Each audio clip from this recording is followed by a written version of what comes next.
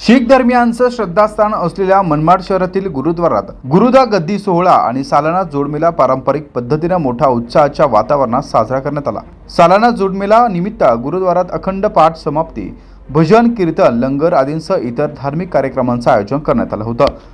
त्याचवेळी शहरातून भव्य शोभायात्रा देखील काढण्यात आली होती। त्यात तलवारबाजीचे चित्तथरारक प्रात्यक्षिके तसेच विविध मर्दानी खेळ दाखवण्यात आले। या सोहळ्यासाठी पंजाब, हरियाणा, दिल्ली, उत्तर प्रदेश यांसह देशभरातून मोठ्या संख्येने भाविक आले होते। अमृतसर आणि नांदेड नंतर मनमाडचा गुरुद्वारा सर्वात मोठा मानला जातो।